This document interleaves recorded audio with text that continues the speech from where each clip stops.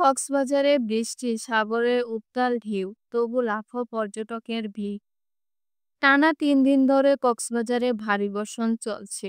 বঙ্গোপসাগরেও প্রচণ্ড উত্তাল। তবু কক্সবাজার সমুদ্র সৈকতে গত ৩ দিনে এসেছে ২ লাখেরও বেশি পর্যটক। এর মধ্যে আজ রবিবার সকাল ৭টা থেকে বেলা ১টা পর্যন্ত সৈকতে নেমেছেন অন্তত ৭৫,০০০ পর্যটক। কক্সবাজার হোটেল রিসোর্ট মালিক সমিতির সাধারণ সম্পাদক মুকিম খান প্রথম আলোকে বলেন, শুক্রবার থেকে আজ পর্যন্ত ৩ দিনের ছুটিতে ৫ লাখ পর্যটক সৈকত ভ্রমণে আসার কথা ছিল। এর জন্য শহরের ৫ শতাধিক হোটেলে রিসোর্ট, গেস্ট হাউস, কটেজে ৯০% কক্ষ আগাম বুকিং হয়েছিল। কিন্তু কয়েকদিনের ভারী বর্ষণ ও সাগর প্রচণ্ড উত্তাল থাকায় বহু পর্যটক বুকিং বাতিল করে। ৩ দিনে সৈকতে ভ্রমণে এসেছেন ২ লক্ষ পর্যটক। আজ হোটেলে অবস্থান করেছেন ৬০,০০০-এর মতো পর্যটক। আগামীকাল সোমবার সকাল থেকে পর্যটকের সংখ্যা ২০,০০০-এ নেমে আসবে।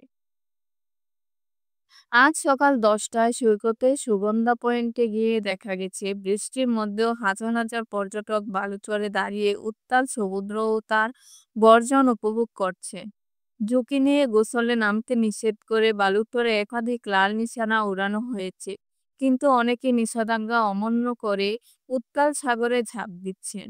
লাইফগার্ড কর্মীরা বাঁশি বাজিয়ে কিছু পর্যটককে কুলে তুলে আনতে সক্ষম হলেও অনেকে টিউবে ঘা ভাসিয়ে মাথা সমান পানিতে গিয়ে ঢেউয়ের সঙ্গে লড়ছে। সুগন্ধা দক্ষিণ পাশে কলাতলী এবং উত্তর পাশে শ্রীগ্যাল ও লাবণী পয়েন্টে কয়েক কিলোমিটারও হাজার হাজার পর্যটকের উত্তাল সমুদ্রের পানিতে নেমে গোসল করতে দেখা গেছে।